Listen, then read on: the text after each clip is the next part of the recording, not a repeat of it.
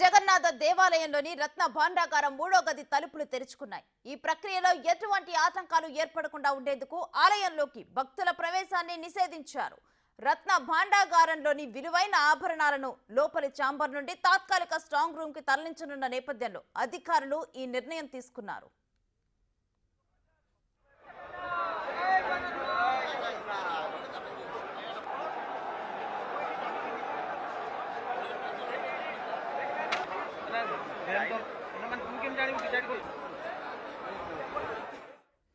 జగన్నాథ ఆలయ administration chief అరబిందాపాది మీడియాతో మాట్లాడుతూ ఆలయ సింహద్వారం మాత్రమే తెరిచి ఉంచి మిగతా తలుపులన్నీ మూసివేశామని తెలిపారు. గత కొన్నేళ్లుగా భక్తులు స్వామివారికి సమర్పించిన విలువైన వస్తువులను ఆలయ సముదాయంలోని తాత్కాలిక స్ట్రాంగ్ రూమ్ లోకి తరలించినట్లు అరబిందాపాది తెలిపారు.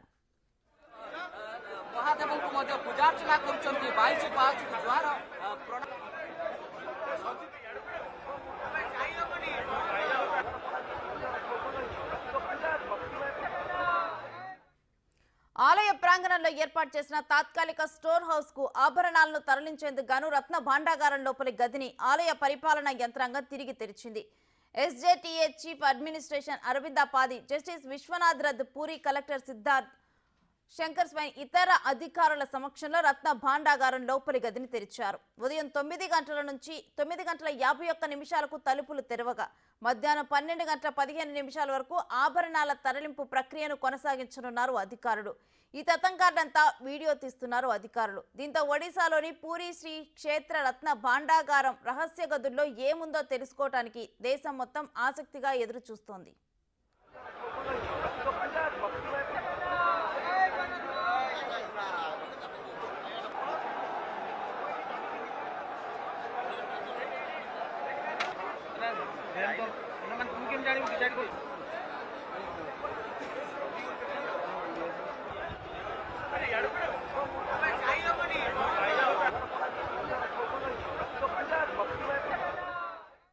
ఈ నెల 14వ తేదీన భాండాగారంలోని తొలి 2 గదుల్లో ఉన్న పురుషోత్తముని సంపదను బయటకు తీసి స్ట్రాంగ్ రూమ్ కి పెద్ద పెద్ద పెట్టెల్లో తరలించారు అధికారులు.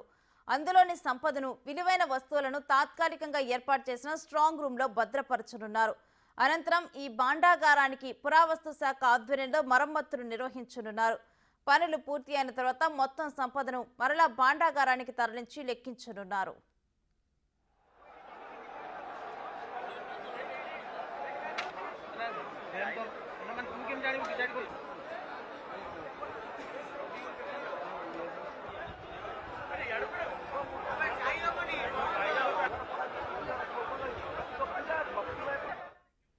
ఇక ఇదే అంశానికి సంబంధించి మరిన్ని డీటెయిల్స్ మా ప్రతినిధి శివ అందిస్తారు. శివ, పూరి జగన్నాథ టెంపుల్లో 3వ గదిలో ఏముంది అని చెప్పి కూడా మొత్తం భారతదేశం మొత్తం కూడా తెలుసుకోవాలని ఆసక్తిగా చూస్తున్నారు. అసలు డీటెయిల్స్ ఏ విధంగా ఉన్నాయి వీటిని భద్రపరచడం మీద? గత కొంతకాలంగా కూడా పూరి జగన్నాథుని ఆలయంలో ఈ క్షేత్ర రత్న భాండాగారంలో ఏముంది అనే దానిపై కూడా ఉత్కంఠ కొనసాగుతుంది. దానికి సంబంధించి గత వారం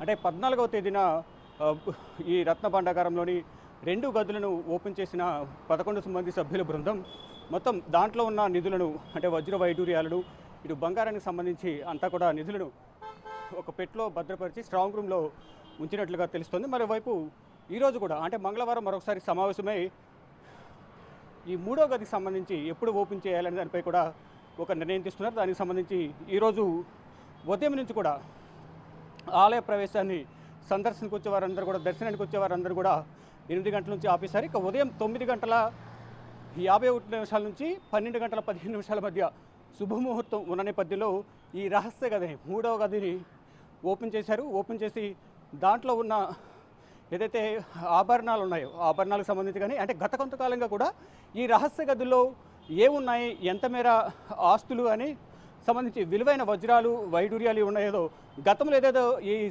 పూరి జగన్నాథ్ ఆలయానికి సంబంధించి గతంలో భక్తులు ఎవరైతే ఉన్నారో రాజులు కానీ అక్కడున్న ప్రజలు, అప్పటి కాలం ప్రజలు ఏదైతే కానుకలుగా సమర్పించారో ఆ కానుకలకు సంబంధించి విలువైన ఆస్తులు ఎంత ఉంటాయి అనే దానిపై కూడా ఉత్కంఠ కొనసాగుతుంది. అంటే 46 సంవత్సరాల తర్వాత ఈ శ్రీక్షేత్ర రత్న భాండాగారం ఏదైతే ఒడిశాలోని పూరి జగన్నాథ్ ఆలయంలోని శ్రీక్షేత్ర రత్న భాండాగారానికి సంబంధించిన రహస్య గదులు ఏవైతే ఉన్నాయో ఆ గదులన్నీ కూడా ఒక్కొక్కటి ఓపెన్ చేస్తున్నారు. గత వారం 14వ తేదీన 2 గదులను ఓపెన్ చేశారు. ఇక తర్వాత 3వ గది ఓపెన్ చేయడానికి సమయం లేకపోవడంతో గత వారం 5 గంటల 20 నిమిషాల సమయం ముగిసిన నేపథ్యంలోనే ఇక ఆ 2 గదులకు అప్పటి వరకు ఏదైతే ఆభరణాలు తీసి పెట్టెల్లో తరలించారో పెట్టెల్లో భద్రపరిచారు. అంటే చెక్క పెట్టెల్లో వాటిని భద్రపరిచారు. అంటే గతంలోనే 15 పెట్టెలను తయారు చేయాలంటూ కూడా కార్మికులకు ఆర్డర్ ఇచ్చారు. కానీ 6 పెట్టెలు మాత్రమే గతంలో వారు తయారు చేసి ఈ 11 మంది సభ్యుల బృందం ఏదైతే ఉందో ఆ బృందానికి సమర్పించారు. ఇక 6 పెట్టెల్లోనే అక్కడున్న వస్తువులను అంటే ఏమున్నాయి అక్కడ అసలు ఏమున్నాయనే దానిపై కూడా ప్రధానంగా ఇప్పటివరకు ఒక క్లారిటీ లేదు. కానీ దేశ ప్రజలందరూ కూడా ఉత్కంఠగా ఎదురు చూస్తున్నారు.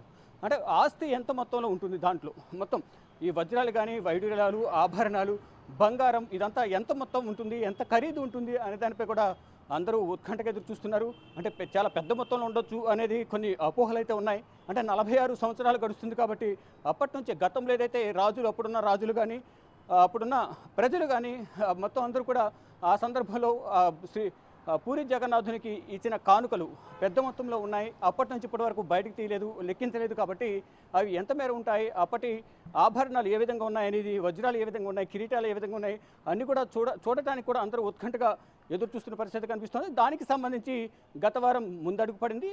46 సంవత్సరాల తర్వాత రహస్య గదులను ఓపెన్ చేసేందుకు ఒడిశా ప్రభుత్వం 11 మంది సభ్యులతో ఒక బృందాన్ని ఏర్పాటు చేసింది. ఒక రిటైర్డ్ జడ్జి ఆధ్వర్యంలో ఈ కమిటీ అనేది పనిచేస్తుంది. ఈ 11 మంది సభ్యుల బృందం కూడా మంగళవారం మరొకసారి సమావేశమై ఈరోజు తెరవాల్సిన అంటే 2 రోజుల ముందు సమావేశమైంది 11 మంది సభ్యుల బృందం. ఇటు ప్రభుత్వానికి సంబంధించిన కొంతమంది అధికారులు కూడా సమావేశమయ్యారు.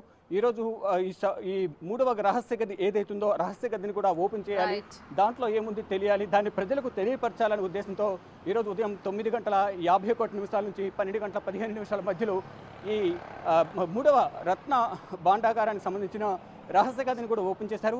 దానికి సంబంధించి అంతకుముందు ఓపెన్ చేసిన 2 గదులు, ఈరోజు ఓపెన్ చేసిన 3వ గది. ఈ 3 గదుల్లో ఉన్న ఆభరణాలు పెట్టెల్లో ఒక స్ట్రాంగ్ రూమ్కి తరలిస్తారు.